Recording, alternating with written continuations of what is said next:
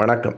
இன்று காலை 6 மணிக்கு நம்முடைய வலைத்தள அணி உருவாக்கிய தமிழ் குறித்த ஐயா பெரியார் அவர்களின் கருத்தை நான் என்னுடைய ட்விட்டர் பகுதியில் பதிவிட்டேன். அதற்கு இந்த 12 மணி நேரத்தில் 124 பின்னூட்டங்கள் வந்திருக்கின்றன. மகேஷ் வாசுதேவன் என்னும் ஒரே ஒரு நண்பரை தவிர மற்ற அனைவரும் பெரியார் அவர்களையும் என்னையும் கேவலமாக திட்டி பதிவிட்டிருக்கிறார்கள்.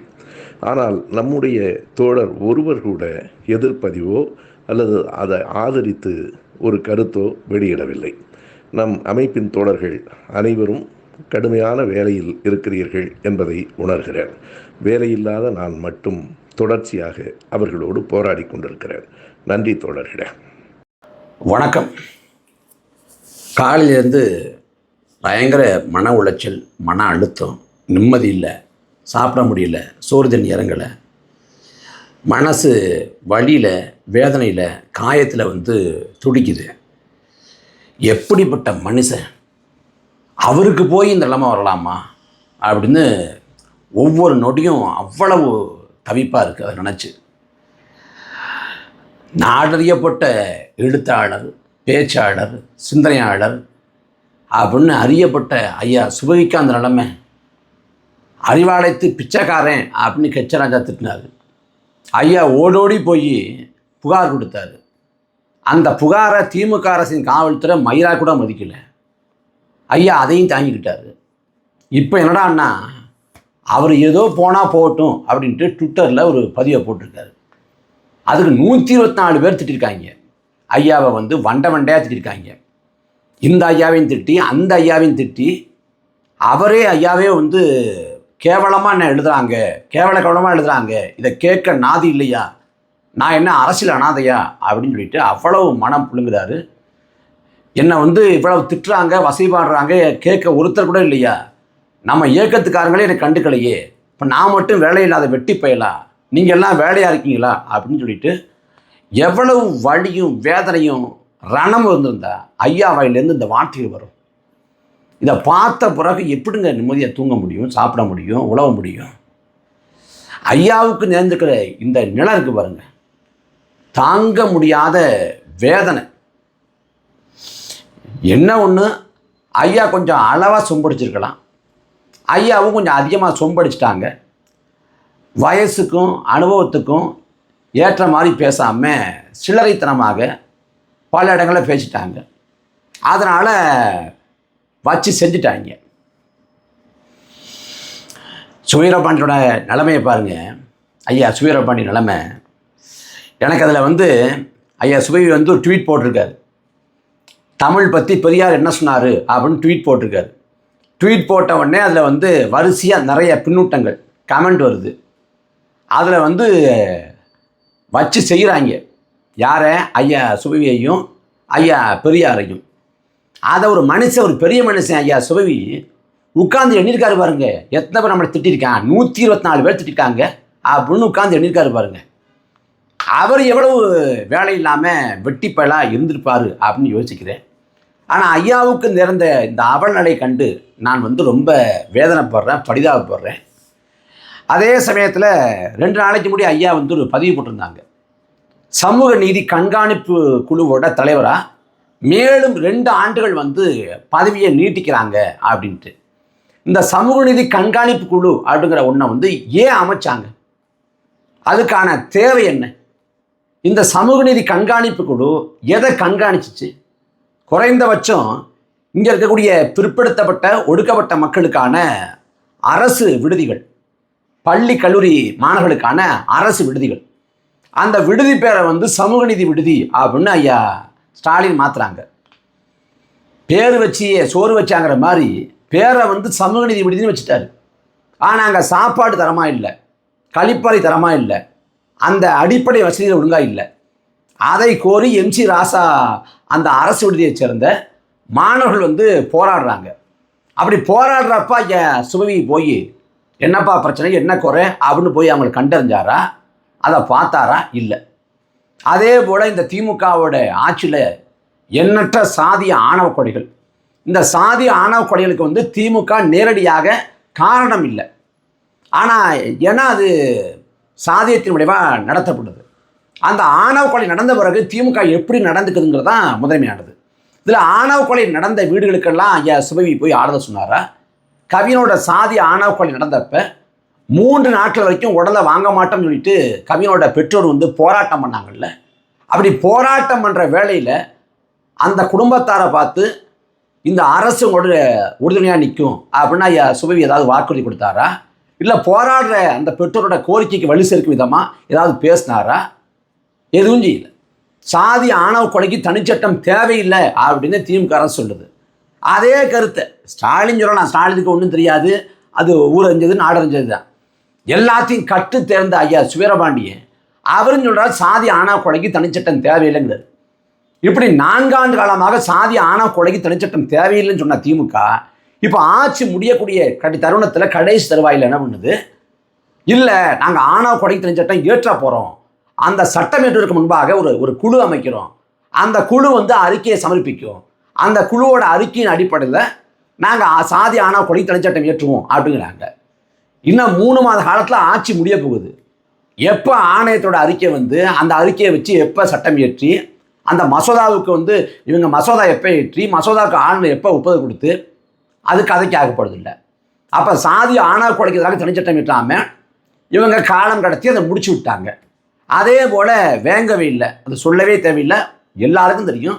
அதில் வந்து குற்றவாளியை கண்டுபிடிக்கணுங்கிறத தாண்டி யார் பாதிக்கப்பட்டாங்களோ பாதிக்கப்பட்ட தரப்பையை குற்றவாளியாக்கி இன்னைக்கு வரைக்கும் வேங்கவேல் கிராமத்துக்குள்ளே போகணும்னா காவல்துறை உளவுத்துறை உங்களை நோட்டமிடும் கண்காணிப்பு செய்யும், எல்லாத்தையும் செய்யும். 2024 பார்லிமெண்ட் பொதுத் தேர்தலில் வேங்கவேல் கிராமத்து மக்கள் வாக்கு செலுத்தலை. வேங்கவேலில் போய் எந்த கட்சியும் வாக்கு கேட்கல. வாக்கு கேட்ட ஒரே கட்சி நாம் தமிழர் கட்சி தான். அந்த வேங்கவேல் கிராமத்துக்கு இந்த 3 ஆண்டு 4 ஆண்டு இருக்குன்னு நினைக்கிறேன் அந்த அநீதி வந்து வெளிச்சத்துக்கு வந்து இந்த 3-4 ஆண்டுகளுக்குள்ள ஐயா சுவீரபாண்டியன் ஒரு முறையாவது வேங்கவேலுக்கு போனாரா? போய் அந்த பாதிக்கப்பட்ட குடும்பத்தாருக்கு ஆறுதல் சொன்னாரா? இல்லை. மேல்பாதியில் திரௌபதி அம்மன் கோயிலுக்குள்ள ஒடுக்கப்பட்ட ஆதி தொல்குடி மக்கள் போகக்கூடாது அப்படின்னு சாதிய ஆதிக்கம் அங்கே வந்து அந்த மக்களுக்கு எதிராக நிற்குது, ஒடுக்கப்பட்ட ஆதி தொல்குடி மக்களுக்கு எதிராக.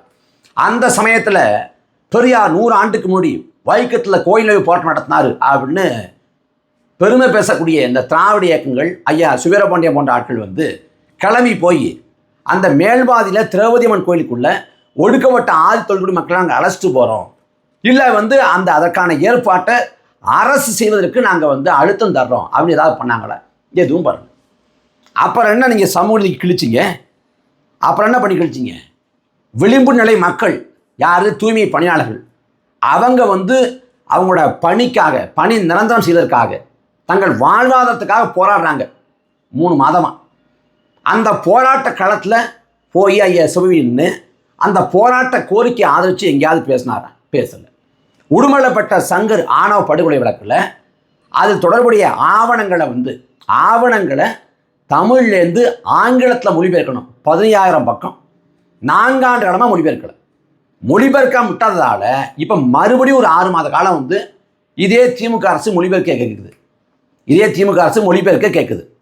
அப்படி கேட்குறப்ப 6 மாதம் இல்லை 1 வருஷம் எடுத்துக்குன்னு சொல்லிட்டு உடுமலைப்பட்ட சங்கரோட சாதி ஆணவ படுகொலை வழக்கின் மேல்முறையீட்டு வழக்கின் அந்த விசாரணை வந்து அடுத்த ஆண்டு நவம்பருக்கு தள்ளி வைக்குது. 1 வருஷம் தள்ளி போகுது. அது குறித்து ஐயா சுவீரபாண்டியன் வாய் திறந்தாரா? பேசினாரா? என்னைக்காவது அடித்தட்டு உழைக்கும் மக்களோட அன்றாடங்காட்சிகளோட தினக்குடிகளோட வலியை வேதனையை ஐயா சுபவி பேசுவாரா?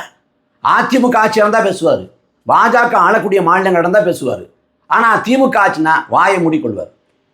விவசாயிகள் போராடுறாங்க, பரந்தூரில் போராடுறாங்க, அதே போல் மேல்மாவில் போராடுறாங்க. மேல்மாவில் வந்து இந்த சிப்காட்டு தொழிற்பேட்டை வந்து விளைநிலங்களை பறித்து அமைக்கக்கூடாது அப்படின்னு போராடுறாங்க. அந்த போராட்ட களங்களுக்கு என்றைக்காவது ஐயா சுபவி போனாரா? என்றைக்கும் மக்கள் கஷ்டப்படுறப்ப துயரப்படுறப்ப என்றைக்கும் போனதில்லை. தானே புயல், ஒக்கி புயல், நிவர் புயல், சென்னை பெருவெள்ளம், இப்படி மக்கள் துன்புறுற காலகட்டங்களில் பல ஆயிரம் கோடி சொத்து வச்சிருக்கக்கூடிய இந்த திராவிட கழகம், அந்த கழகத்தை ஆதரிக்கக்கூடிய ஐயா சுவீரபாண்டியன் போன்றவங்க இந்த திராவிட கழகத்தின் சார்பாக வெள்ளத்தால் பாதிக்கப்பட்ட மக்களுக்கு நிவாரண பொருள் கொடுத்துருக்காங்களா? என்னைக்காவது போய் களத்தில் இருக்காங்களா? மக்களோட களத்தில் நிற்கிறதே கிடையாது. வெறுமனே வேதாந்தம் சித்தாந்தம் கொள்கையை கோட்பாடுன்னு வெறுமனே தனியாக உட்காந்துக்கிட்டு அங்கே பேசிவிட்டு கொள்கை, கோட்பாடு, தத்துவம், வேதாந்தம், விளிமலை மக்கள், சமூக நீதி எல்லாம் பேசுவாங்க. களத்துக்கு போக மாட்டாங்க. களத்துக்கு மூடி போனாங்க, இப்போ போகிறது கிடையாது, முடிச்சிட்டாங்க. ஏன்னா இப்போ ஆளு வர்க்கத்தோட கைப்பாவி. இன்னும் சரியாக சொல்லணும்னா ஆளக்கூடிய திமுக அரசோட கைகூடி ஆளும் திமுக அரசோட கருத்தியல் அடியால் அந்த வேலையை தான் சுவீரபாண்டி செய்யுது. அதுக்கு இப்போ பெரியாரை காப்பாற்ற வேண்டும், சீமான் பெரியாரை போட்டு நொறுக்கிட்டாரு, பெரியாரை காப்பாற்றணும் அப்படின்னு சொல்லிட்டு பெரியாருக்கு முட்டு கொடுக்கிறது. அது தமிழை பெரியார் எப்படி சொன்னார்? பெரியாருக்கு மொழியல் பார்வையே கிடையாது, மொழியல் பார்வையே கிடையாது. இன்னும் சொல்ல போனால் பெரியாரை ஏற்றுக்கொண்ட பெருஞ்சித்திரனார் கூட மொழி பார்வையில் பெரியார் ஒரு சிறியார்னார். அதாவது தமிழங்கிறது ஒரு தேசிய இனம், தெலுங்கு ஒரு தேசிய இனம், கன்னடங்கிறது ஒரு தேசிய இனம், தனித்தனி தேசிய இனங்கள். இதில் பெரியாருக்கு இந்த தேசிய இனம், தேசம், தாயகம் இதை பற்றி எந்த புரிதலும் பார்வையும் கிடையாது. மொழிவழி தேசத்தின் மீது அவருக்கு நம்பிக்கையே கிடையாது. அதை பற்றிய புரிதலோ அக்கறையோ நம்பிக்கையோ எதுவுமே கிடையாது. தமிழ், தெலுங்கு, கன்னடம், மலையாளம் இது எல்லாம் ஒரே மொழினார். ஒரே மொழி குடும்பம்னு சொல்லலை, ஒரே மொழினார். தமிழ், தெலுங்கு, கன்னடம், மலையாளம்லாம் ஒரே மொழியாம். இப்போ திருநெல்வேலிக்கு எப்படி ஒரு பேச்சு வழக்கு இருக்கோ, மதுரைக்கு எப்படி பேச்சு வழக்கு இருக்கோ, இப்போ சென்னைக்கு எப்படி பேச்சு வழக்கு இருக்கோ, அதே போல் பேச்சு வழக்கம். மற்றபடி எல்லாமே ஒரே மொழி தானா. இதான் மொழியியல் பார்வை, பெரியார் ஈவேராவோட மொழியியல் பார்வை. அதாவது வடிவேலோட நகைச்சுவை ஒன்று நான் கூட ஏற்கனவே பதிவு பண்ணேன். வடிவேல் சொல்லுவார், நான் குடிக்காத ஊரில் எவனும் குடிக்கக்கூடாது ராம்பர். அந்த மாதிரி ஈவேரா தமிழர் இல்லை, அவர் ஒரு கன்னடர். அவர் தமிழர் இல்லைங்கிற அந்த தாழ் உணர்ச்சி, இன்செக்யூரிட்டியால் யாரும் இங்கே தமிழராக இருக்கக்கூடாது. அப்போ தமிழர் என்ன பேசுகிறான்னா பித்தலாட்ட கருங்காடிகள். யார் சொல்கிறா? பெரியார் ஈவேரா. முழுக்க தமிழுக்கு, தமிழருக்கு, தமிழ் தேசியத்துக்கு முழுக்க சூழ்ச்சியோடு, மிக சூழ்ச்சியோடு செயல்பட்டுருக்கார். அவரே கேட்குறாப்புல, இப்போ இந்த திராவிட கழகத்தோட தாய் என்னன்னு கேட்டிங்கன்னா நீதி கட்சிம்பாங்க. நீதி கட்சியை பற்றி பேசுகிறப்ப ஈவேரா சொல்கிறாரு, நீதி கட்சியை தொடங்க எந்த தமிழன் வந்தான்? தியாகராய செட்டி தெலுங்கர் வந்தார், மாதவன் நாயர் மலையாளி வந்தார், கன்னடன் நான் வந்தேன், எந்த தமிழை வந்தாங்க? அந்த நீதி கட்சி தொடங்கப்பட காரணமே நடேசாங்கிற பச்சை தமிழர் தான். தியாகராய செட்டிங்கிற தெலுங்கரை, மாதவன் நாயங்கிற மலையாளியை ரெண்டு பேரும் பேசிக்க மாட்டாங்க. அவங்கள பேச வச்சு சமாதானப்படுத்தி அன்னைக்கு பார்ப்பன அல்லாத மக்களுக்கு திராவிட இல்லம் அப்படின்னு விடுதி தொடங்கி, இலவசம் விடுதி தொடங்கி சாப்பாடு போட்டு அவங்கள தங்க வச்சு எல்லாத்தையும் பண்ணது நடேசனார். அவர் தான் இந்த நீதிகட்சி தொடங்கப்பட அடித்தளமிட்டார், விதையிட்டார். அவர் தான் மூல காரணமே, மூலவரே அவர் தான். ஆனால் அவரோட காலத்தில் அவருக்கு நீதி கட்சியில் வாய்ப்பு மறுக்கப்பட்டுச்சு. முதலமைச்சர் வாய்ப்பு மறுக்கப்பட்டுச்சு, அமைச்சர் வாய்ப்பு மறுக்கப்பட்டுச்சு, கடைசியில் வேட்பாளர் வாய்ப்பு கூட மறுக்கப்பட்டுச்சு. ஏன்னா அவர் தமிழங்கிற ஒரே காரணத்துக்காக. அன்றைக்கி வாழ்ந்த காலத்தில் அவர் இருக்கடி பண்ணாங்க, அவரை புறக்கணித்தாங்க. அவர் செத்து மறைந்த பிறகு எந்த தமிழை வந்தான்னு வரலாற்றை மறைச்சி விட்டு ஈவேரா இருக்கிறார்.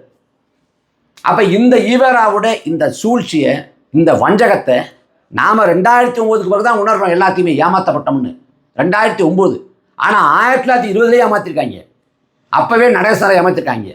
அப்போ ஒரு நூற்றாண்டுக்கு முடிய தமிழன் ஏமாற்றப்பட்டிருக்கான், வஞ்சிக்கப்பட்டிருக்கான். ஆனால் மாற்று மொழிக்காரங்க தெளிவாக இருந்திருக்காங்க. அப்போ இதை உணர்ந்து தெளிந்த ஒரு தலைமுறை வருது. அவன் வர்றப்ப இந்த பெரியாகிற போலி ஆணை பிம்பத்தை உடைக்க தொடங்குறான். அவன் உடைச்சு தொடங்கி அம்பலப்படுத்த, இது இனமான தமிழர்கள் செய்யக்கூடிய பணி. இதை செஞ்சா ஐயோ பெரியார் அடிக்கிறாங்களே, ஐயோ பெரியாரை உடைக்கிறாங்களே அப்படின்னு கும்பிட்றாப்புல. அதனால் கருத்தியல் வாதங்கள் இல்லை, தர்க்க நியாயங்கள் இல்லை அவங்ககிட்ட. பெரியாரை விமர்சிச்சா இல்லை பெரியார் இப்படி செஞ்சார், இதுக்காக செஞ்சார், பெரியார் இதுக்காக பேசினார் அப்படின்னு தர்க்க நியாயத்தை சொல்லணும், இல்லை விளக்கம் சொல்லணும், இல்லை மறுப்பு சொல்லணும். ஆனால் விளக்கமோ மறுப்போ தர்க்க நியாயமோ சொல்லாமல் பெரியாரை பேசிட்டா பாஜக பி டீம், சங்கி, ஆர்எஸ் அடியாளு, இந்துத்துவ கைகூடி, இது போன்ற வசவு மொழிகள் உள்நோக்கம் கற்பித்து அவதூறு பரப்புறது. ஏன்னா நம்ம எழுப்புற கேள்விக்கு பதில் இல்லை. அப்போ நமக்கு ஒரு உள்நோக்கம் கற்பித்து நமக்கு ஒரு சாயம் பூசி அந்த கருத்து பதில் சொல்லாமல் தப்பிக்கிற இந்த போக்கு தான் இருக்குது. அதனால் தமிழை பற்றி பெரியார் ஈவேரா அப்படியே போற்றி கொண்டாடிலாம் ஒன்று கிழிக்கலை. அதனால் அதை பேசினா ஐயா அடிவாங்கத்தான் செய்வார். இந்த ஐயா மட்டும் இல்லை, சுவை ஐயா மட்டும் இல்லை, அந்த பெரியார் ஐயாவும். அதனால் இன்னைக்கு அடிக்கிறாங்க. கேட்க நாதியற்ற ஆள் போல் ஐயா சுவை மாறிட்டாங்க. ஐயாவோட இந்த நிலை கண்டு நானும் மனம் வருந்துறேன். ஐயாவுக்கு என்னுடைய ஆறுதல். ஐயாவோடு எப்போதும் தனி இருப்போம். ஐ ஸ்டாண்ட் வித் சுவை ஐயா.